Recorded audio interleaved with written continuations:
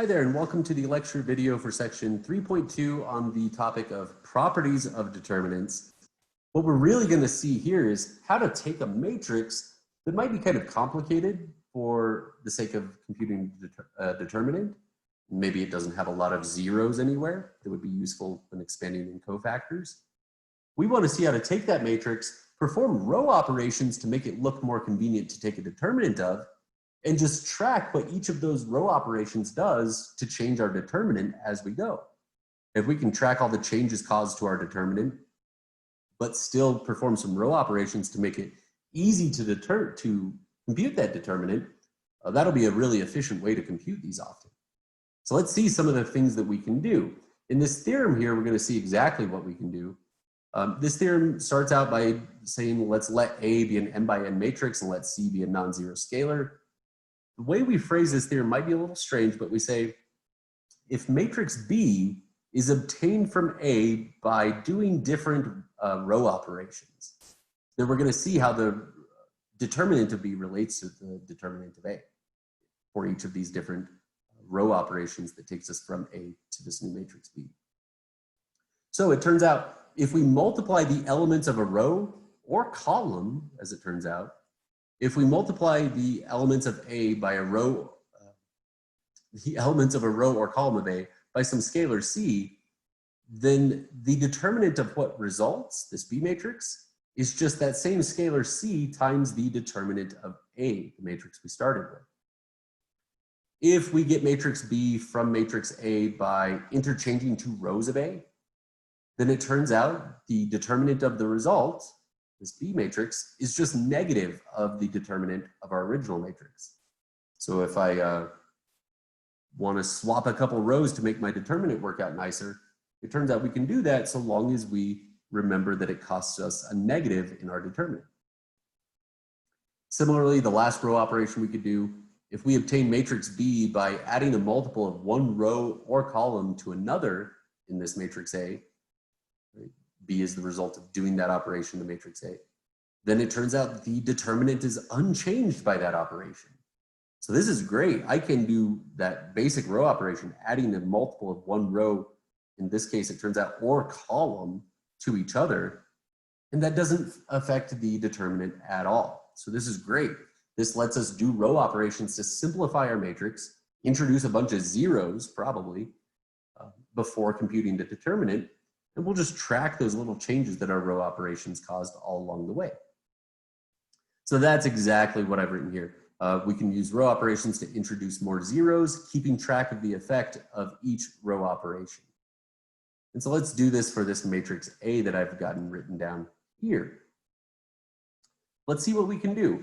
If I want the determinant of this matrix A, so I've written it as determinant of those entries here, then first, I'm going to, maybe it'd be more useful here to write in all of these cases what the original determinant equals in terms of the new matrix that's a result of some, the determinant of the new matrix that's the result of applying some row operation. For example, here, the determinant of what I started out with is really 1 over C times the determinant of what I end up with. So that's a pretty useful way to write this. Here, the determinant of what I started with is just negative the determinant of what I ended up with. And here, it doesn't matter, right? The determinant was unchanged. This is useful though, because now, say I want to do a row operation to try to introduce some zeros to make this easier to find a determinant of. Maybe what I would try to do is zero out these entries using the 1 in the first row. Maybe I would take row 2 plus row 1 back into row 2. And maybe I'll take row 3 minus 2 times row 1 back into row 3. Notice both of these operations, I shouldn't write this yet, both of these operations are of this type. We added a scalar multiple of one row of A to another row of A. Neither of those affects the determinant. The determinant is unchanged by this operation. So all I'm going to do is write that the determinant of what we started with is directly equal to the determinant of what we end up with after these operations.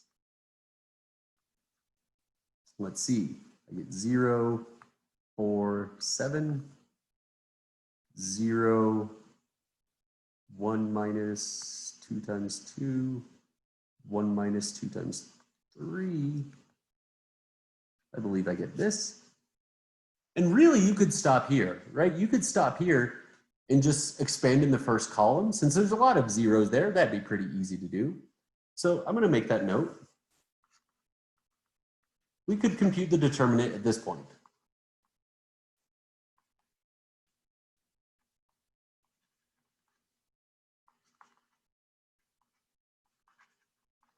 But I'm going to use this example as a way to show what becomes very nice if we keep going a little bit further with this. Let me go a little bit further and see what I get.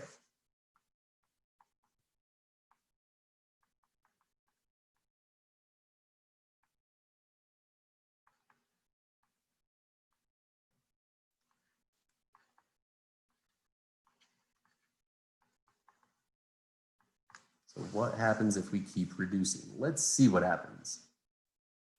Well, if I keep reducing, what's going to happen here? The first thing I would probably do to make the reduction a little easier from here is I would maybe scale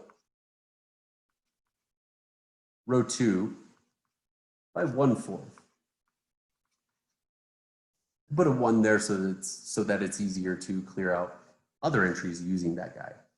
But what does this do? Notice we are taking this matrix and multiplying a row of it by C equals 1/4. Well, according to what we have up here, the determinant of what we started with, so the determinant we have here, would be 1 over C times the determinant of the result. So what we really have to do is say 1 over our C value times the result, the determinant of the result.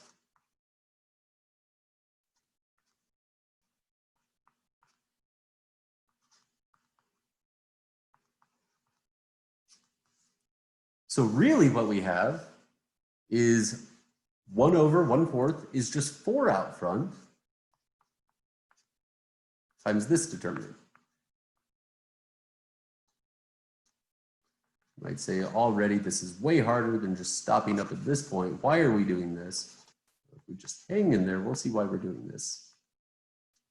Now, if I was continuing on with usual row reduction, I would probably get rid of this -3.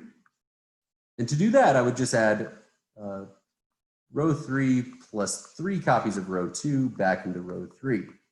And what does that produce? Notice this is, again, of this form of row operation that does not change the determinant. So I'm just copying things down from the previous line.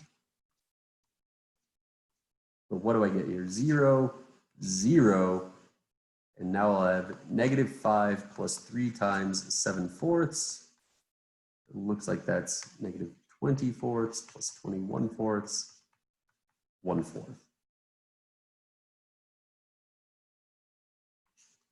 Just like this. Okay. And so now I want us to see something. I've actually made this as a note here. Let's notice that the determinant of a triangular matrix, which is what we're left with at this point finally, is just the product of its diagonal elements. So I want to continue from here and show that what we're going to end up with is the 4 out front times the product of these diagonal elements, 1 times 1 times 1/4. Let's see that. I've got the 4 waiting out front. I'm just going to expand in the first column from here. After it's in this triangular form, I'm going to expand in that first column to finish the determinant. I have 1 times the determinant of 1 7/4 0 1/4 minus, right, plus minus pattern, minus 0 times this remaining stuff, 2 3 0 1/4. Don't even really have to write this part. Plus 0 times 2 3 1 7/4. And I'm left to compute this. These guys are easy, right? They just disappeared. Very nice. And what about the rest here? Well, I've got my 4. I've now got my 1 sitting out front, so that's the 1 we wanted. Now look what happens. If I continue from here, main diagonal product minus off diagonal product, which is just 0 in this case, because of that triangular form, leaves me with the 4 out front that we already said we had, times 1, that was this guy, times another 1, which is this guy, times 1/4, which was this guy. Because of that triangular structure, you get this kind of collapsing expansion where you end up only ever accumulating products of these main diagonal elements. So this is a really nice fact. We can take a matrix and do row reduction down to a triangular form, and then the determinant's trivial to write down. Just multiply all those main diagonal elements times whatever stuff you had out front from tracking those row operations, and you're done. For bigger matrices especially, 4x4, 5x5, this is a much quicker way to do it in general than cofactor expansion. It's very nice. Try to take the matrix to a triangular form. Really lower or upper triangular, doesn't matter, right? Meaning having all zeros below the main diagonal or having all zeros above the main diagonal. Either way, you'll get this same fact holds. The determinant of such a matrix is the product of the main diagonal elements. So if you can do this, it's going to be way quicker than cofactor expansion on those bigger matrices. Reduce it down to a triangular form, track those row reduction effects on the determinant, the 4 in this case, and multiply it all together at the end. Quick and simple. Let's go on a little bit to define a couple more terms here. Just some terminology. A square matrix A is called singular if its determinant is 0, and it's called non-singular if its determinant is not 0. That's just basic vocab for us. Just want to know what we mean when we say the word singular and non-singular. And this theorem tells us, makes some connections for us. It tells us conditions that tell us a matrix is singular, has a 0 determinant. Really, we can say that a square matrix A is singular if any of these 3 conditions holds. If all elements of a single row or column are 0, maybe that's clear why you get a 0 determinant. Just expand in that row or column, and all the entries that are multiplying cofactors are zeros. If 2 rows or columns are equal, certainly your matrix will be singular. We'll have a 0 determinant because you could do row operations to cancel one row with another, leaving a row of zeros, which goes back to the first fact here that would give us a singular matrix. Also, if 2 rows or columns are scalar multiples of each other, if they're proportional, you'll get a singular matrix. Again, for the same reason, you could perform a row operation in that case that would completely cancel a row, turn it all to zeros, in which case you're back in case A of a singular matrix. Okay, let's see a few properties here.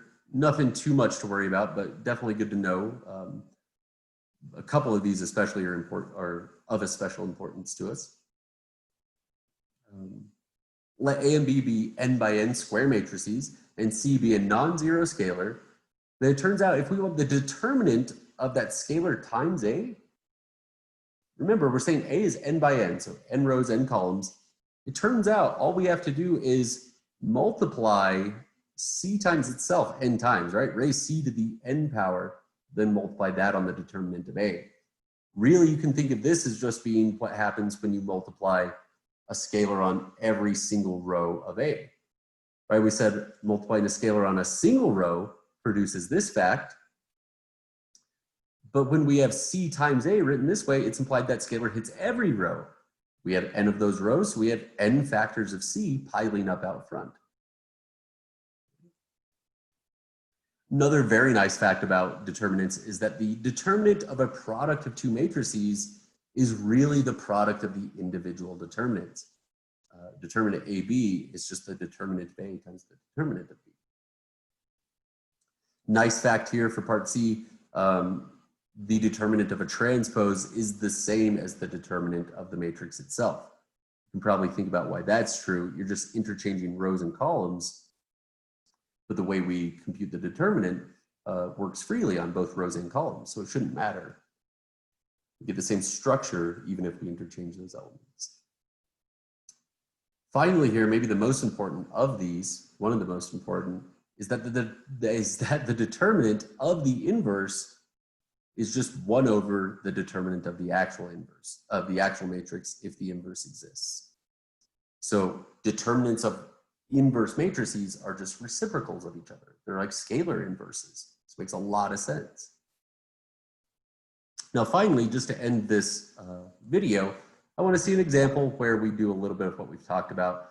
To compute a determinant of A, we want to use row operations to take the matrix to upper triangular. You don't have to go that far, but that certainly is a very easy place to stop at. We really want to do this just like Gaussian elimination, but we don't necessarily need to enforce that all the lead entries in each row become 1s. That's technically required in Gaussian elimination.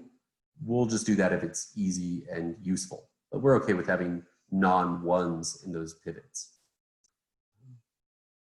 It turns out as we're going through this, if any diagonal element and all the entries below that diagonal element becomes a 0 in the process of this row reduction, then the determinant's going to be 0 right away. It's pretty easy to show that. I'll leave that to you. But for now, we'll just take it as a nice fact that we can stop if we ever get to a position where there's a main diagonal element that's 0 and everything below it becomes 0 along the way in our reduction. If we ever see that, we know we can stop and we can say the determinant is 0. So let's see what we can do here. I'm going to perform some row operations. I'm going to take row 2 plus row 1 back into row 1. That'll get rid of this guy. I'll take row 3 minus 2 row 1. This should have been back into row 2. This will be back into row 3. And finally, row 4 minus 6 copies of row 1 back into row 4. Notice these are each the type of operation that adds a multiple of one row back to another row. These do not change the determinant. So I don't have to track any changes except for computing the row operations. -1 plus 1, 0, 1 plus -1, 0, 2, 5. Next, I get row 3 minus 2 copies of row 1. That's a 0. It looks like I get, yeah, another 0. Good. 3 minus 2 copies of 0 is 3. 4 minus 2 copies of 2 is 0 again, right? Last row, what am I getting here in the last row? It looks like I'm going to get 0 and another 0 and a 5. 1 minus 6 copies of 2 is -11. And so that's the determinant we're left needing to compute. This equals determinant of A. But like we said up here, if any diagonal element, main diagonal element, and all the entries below it become a 0 along the way, we know the determinant will be 0. That's exactly what's happening here, right? Second row, second column, that's a main diagonal element, that's a 0, and everything below it became a 0. You can work through this on your own if you'd like, but this will be 0 at the end of the day. A is singular. So it's nice to see these little shortcuts of when we can stop in this row reduction. If you didn't have a 0 there, you just keep going and try to turn this into a triangular matrix, tracking those changes caused by the row operations at each step. And once you get it to triangular, you're just multiplying all those main diagonal elements, and you're done. It's as easy as that. So I hope in this video you've seen some more strategy behind how to compute determinants. We know we can always expand in cofactors, but it's not always the best way. Often using row reduction in conjunction with triangular matrices, properties of determinants of triangular matrices, is usually a good bet here. All right, that's it for this video. Thanks for your attention.